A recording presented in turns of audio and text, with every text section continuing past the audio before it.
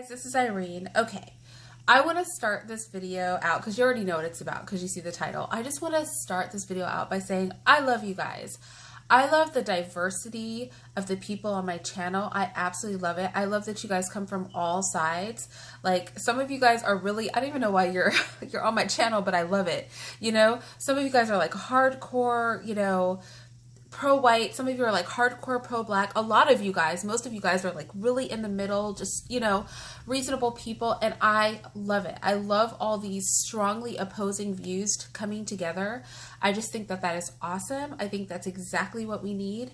And you guys don't know, I have like a master plan, you know, for my channel. Not just for this channel, but like just a master plan for us, like as a people. And I think, you know, that really starts with getting everybody in a room. And I like that we can be in a virtual space together and people can speak their minds and feel free to do that. And I love that. Like, you know, every comment I'm not thrilled with, but honestly, it doesn't even matter that I'm not thrilled. The part that I am thrilled about is I love hearing what people think. I love hearing how their mind works. I love when people explain, whether I agree with it or not, their perspective. It's like so important. It's pivotal that we understand each other. That is like the first step in everything, right? Knowledge is power. And so it's good to know how other people think. With that said, there is a trend in the Black community that I literally hate, and that is the obsession with Egypt. Okay, so I hate the obsession with Egypt for a couple of reasons. One, the reason most of you guys, because I feel like most of my subscribers aren't Christian, even though I'm Christian. That's very weird. But hopefully I'll influence you guys. Christians are cool. No, but one is because in Western society, we tend to focus on mainly Greco-Roman history and art, and Egyptian.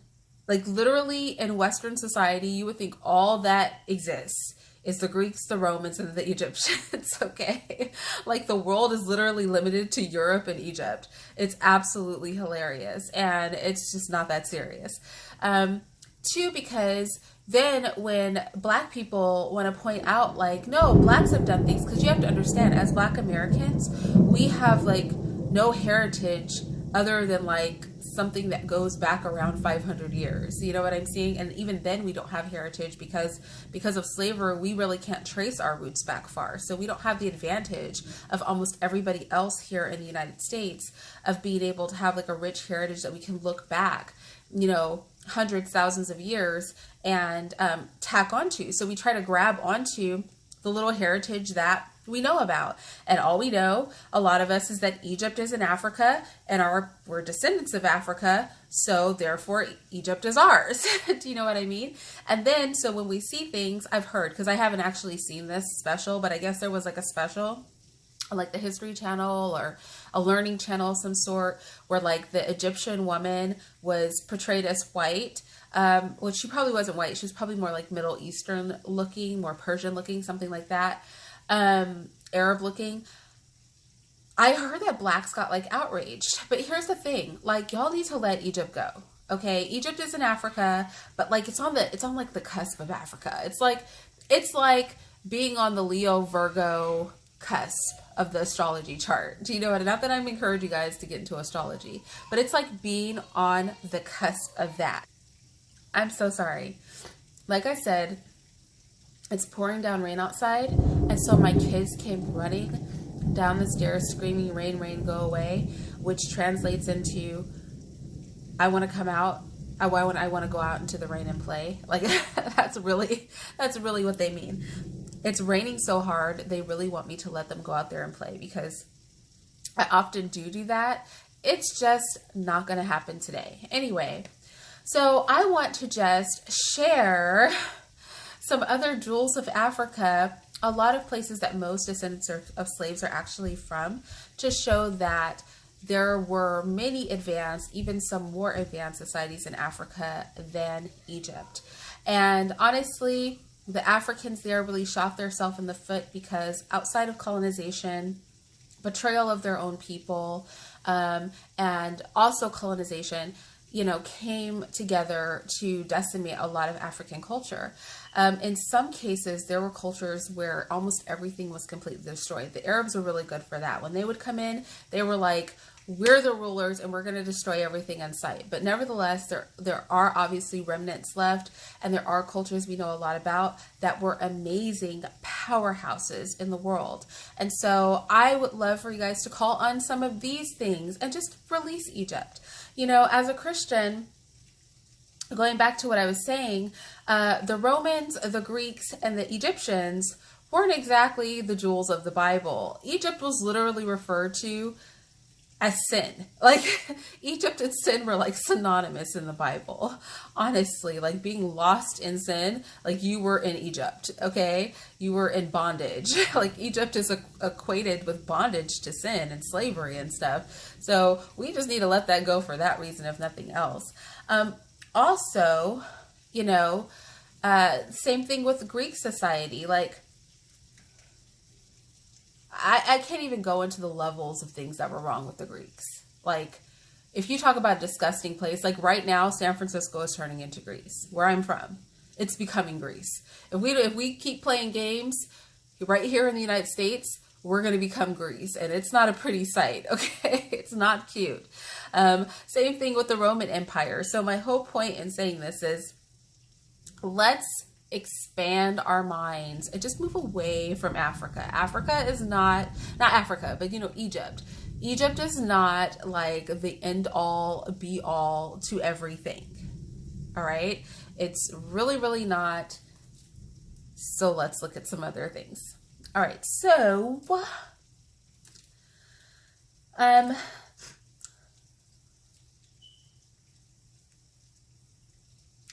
first and foremost, let's start with Zimbabwe, okay? So actually, Zimbabwe has one of the most amazing monuments in all of South Africa. It's really, really beautiful. It's really a testament to the architectural advancement of the society that was there. I'm looking at some notes. When we think about biblical history, and this is really important, such as the Queen of Sheba and things like that, we're really honing in on that area of Africa. And as we know, even in biblical times, this was a prominent area of Africa. It was a powerhouse in the world, and they were a force to be reckoned with. So you can point to Zimbabwe. I know this is probably one of the places you would never imagine, but it's actually an awesome place, all right? An amazing place, and I really encourage you guys to research it, especially if you've done your DNA test and you have some South African ancestry, okay? Now, with that said, this is also one of the places where, outside of some written historical context, it's unfortunate that so much of it was destroyed. So it's really sad we don't have the richness of knowledge that we could have if, as in a lot of European countries, a lot of those places were still standing. And I don't know that it was malicious necessarily on the part of the colonizers when dealing with Zimbabwe, or a lot of the wars and things like that. I think it was just, par for the course, I should say, to destroy everything in sight when you were establishing your presence in an area. And unfortunately, that is what happened with Zimbabwe. But it doesn't change that it was an awesome, strong part of Africa that we can see evidence of that all the way into biblical history.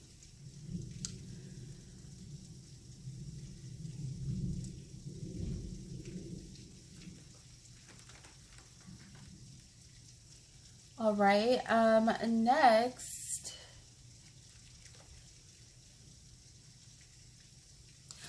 let's look at the Songhai Empire. Okay, so the Songhai Empire was basically massive. It's one of the largest empires in the world to date. I think, obviously with the Western society that we have now, obviously Western society has, it's killing it right now. Like, we are everywhere. But if we look other than Western society, which has the advantages of modern technology, The Songhai Empire was one of the ones that was sheerly just massive. It was larger than Western Europe. It had more than 12 modern day nations that were a part of that empire. So it was absolutely just massive. They actually even, for those of you who just really love Egypt, had an alliance with Egypt at some point. So this is, again, another African empire that I really encourage you guys to look into, especially, like I said, because I know with Black Americans, we're always looking to trace our roots, especially if you have some roots, you know, within that part of the African continent.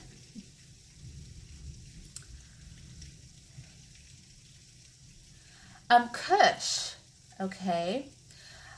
Now, Kush was very close to Egypt, and you've probably heard of Kush before. I think it's one of the better known empires, but I also feel like,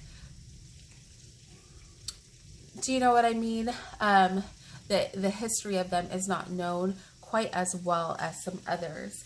But at its peak, it ruled over basically all of the area bordering the Nile River that is now considered the Sudan.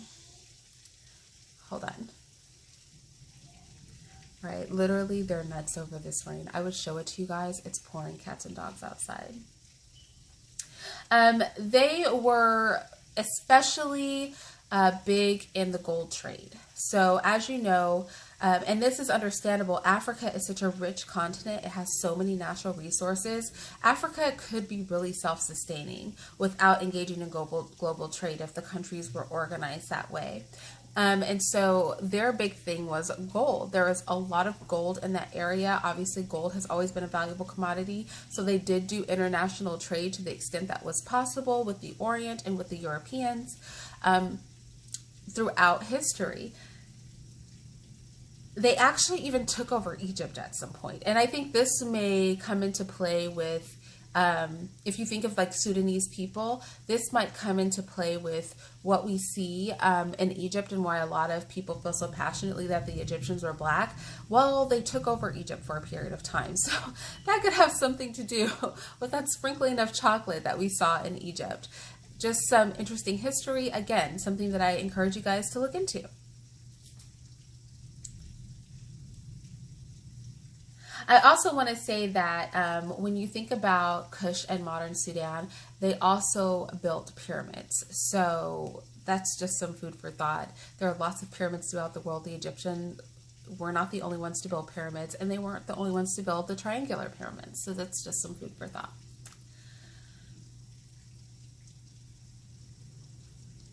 All right, so Carthage was actually stunning. This is probably something that people who are more used to Western civilization could really relate to. It was a pretty amazing society, pretty advanced, pretty flamboyant society. And it was a seaside society. So if you can imagine that luxurious seaside life in Africa, that is essentially what the people of Carthage were experiencing in their time.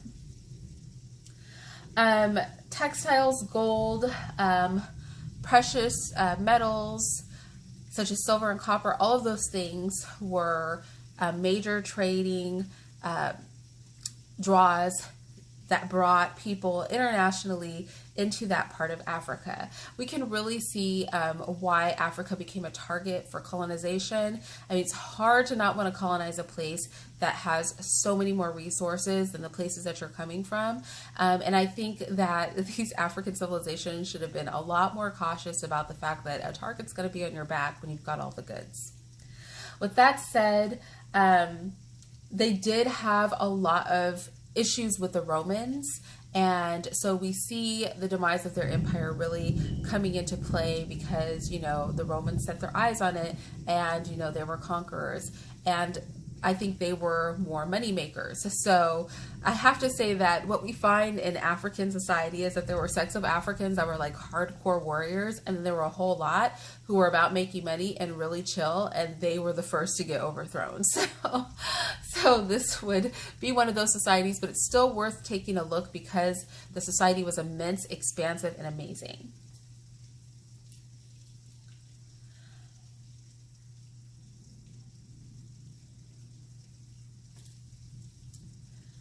Okay, so Punt, also called the land of the gods, and a favorite of the Egyptians.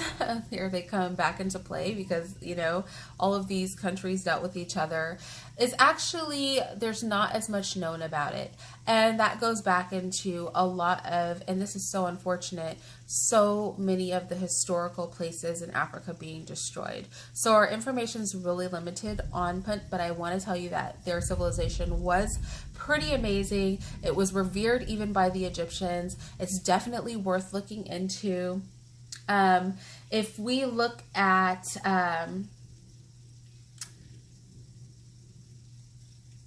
around the time of Queen, I don't want to butcher this. Like, I've heard it said, but I can't say it as well. Hatshepsut. I can't with the Egyptian names. But around that time, the Egyptians would literally just go by the caravan and do trade with and basically like revere the inhabitants of the land of Punt. So this is, like I said, a society that even the Egyptians were just very eager to engage with and do trade with. That was a favorite of the queen of the time. And so it's worth looking into for what you can find. But like I said, unfortunately, it's also one of those societies that was pretty much ravaged, and the history of them was almost effectively wiped clean. It's really unfortunate. I wish there was something we could do to regain so much of what was blatantly destroyed and lost in the Africas, but we can make do with the residue of what we have and the information that we have. And like I said, hopefully expand our minds past Egypt, because a land as rich in resources and people as Africa does have a rich history. And so we need to make the effort to look into that as a people. Aksum. I'm pretty sure I'm butchering some of these names, but just roll with me here, okay? So this is something that, this is an empire that we can look at and kind of identify as far as its period and time in history with the rise and the fall of the Roman Empire. And it encompasses Ethiopia, basically, and Ethiopia, Ethiopia and Eritrea. So if you're thinking about like that area, they had a very well-known written script because of the amount of trade that they did. And they were also one of the first people to develop the written language in Africa. So this is something that Ethiopians may be a little more in touch with. They have managed to preserve a great deal of their history. I mean, keep in mind that Ethiopian history is very much mixed with Arab history, and Ethiopians essentially are a complete country of Africans that are mixed race people. They're mixed between Arab and African, and DNA tests are showing that more and more. I think a lot of Ethiopians are even surprised by that because they're like, hey, I'm African. And they are, but they are African Arab descent. And so when we look at Aksum, we're looking at that part of Africa, the Ethiopia and Eritrea set of Africa. It's also worth mentioning that outside of Europe, this part of Africa was one of the first parts of Africa to embrace the Christian faith. And they did that pretty much willingly.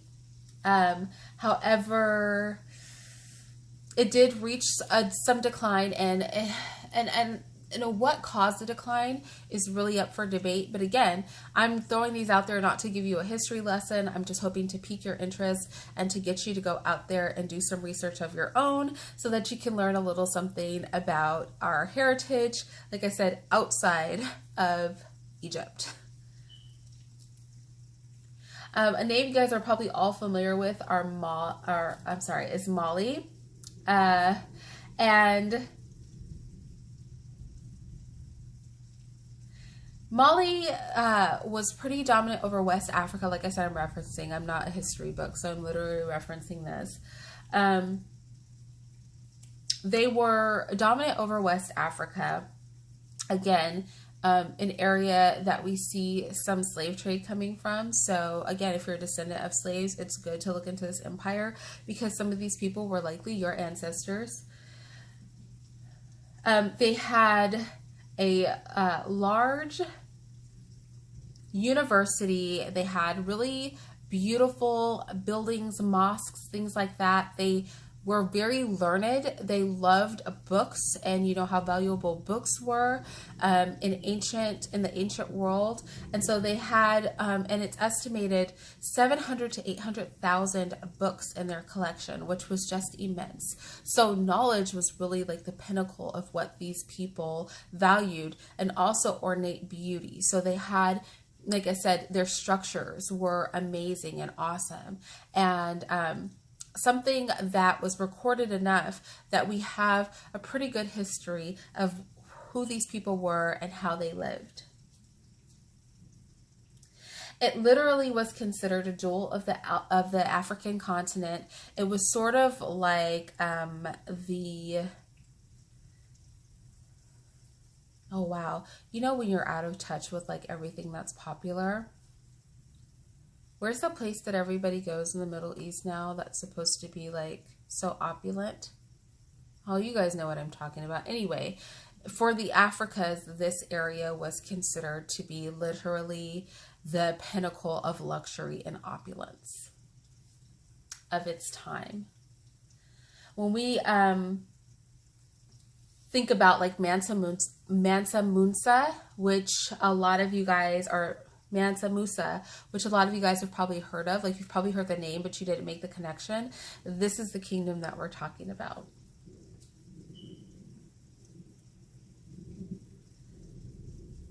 They literally were able to sink the Egyptian gold market because they just had that much gold. So they destroyed the Egyptian gold economy for a number of years.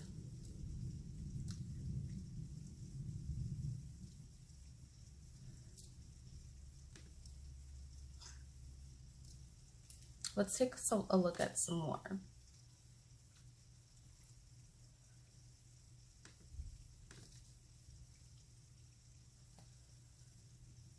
Bear with me. My computer is a lazy computer. Aksum. Okay, so as we saw, and this is a little bit more modern than some of the ones we talked about before. So as we saw, like the sort of Protestant breakaway and Christian revolution going on in Europe, the Aksum Empire was flourishing. Again, this covers the area of like modern day Ethiopia and that sort of northeastern part of Africa.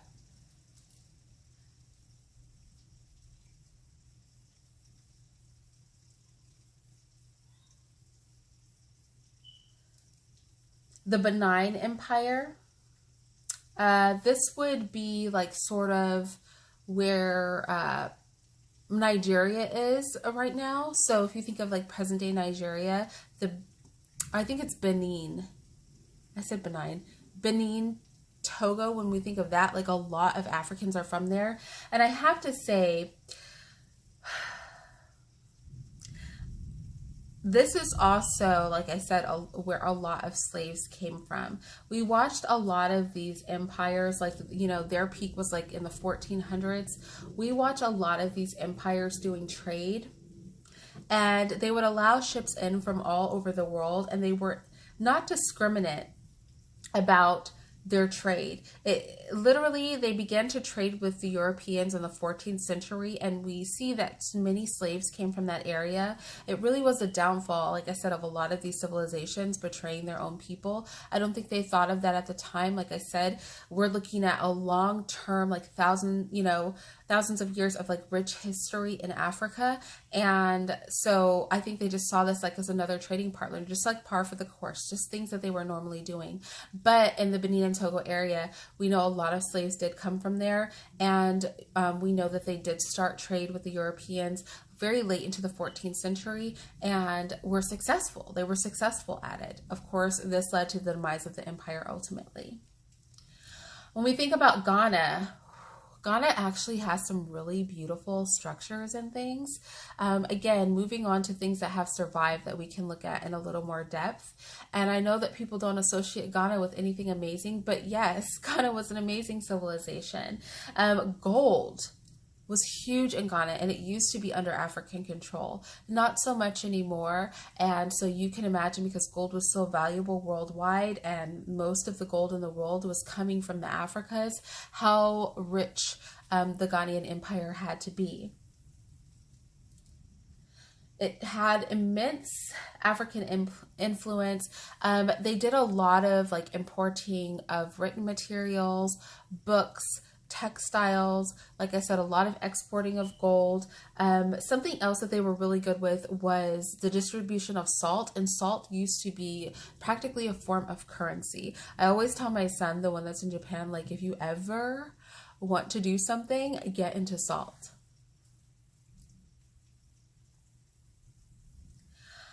The Nok civilization, I could literally probably go on with this for a while, but I don't want to make this over 30 minutes. This is what I'll say, like in conclusion, because I have like a pretty extensive list here. Africa is a huge and diverse continent, and I really want to encourage all people, not just Black people, but obviously it was getting out of focus.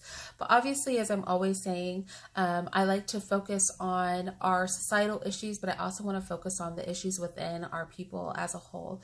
I feel like lack of education, and also because we live in Western civilization, and because Western civilization is established by Europeans, the history that we get really portrays, obviously, European culture as being the dominant, most advanced culture. The reality is that there is a whole world out there. And so there were many cultures more advanced and more stretched than simply the Greco-Roman culture or the European culture. And simply because Egypt is the only smidgy of information about Africa that's in most Western history books, that doesn't make it the end-all be-all to Africa. And we can really look outside of Egypt for validation of our history as a people, our ability to accomplish things. And I think that this is really important, because the attack is always made that we accomplished nothing, that we would be totally lost and useless without European guidance. I don't think that the average European descent person thinks this,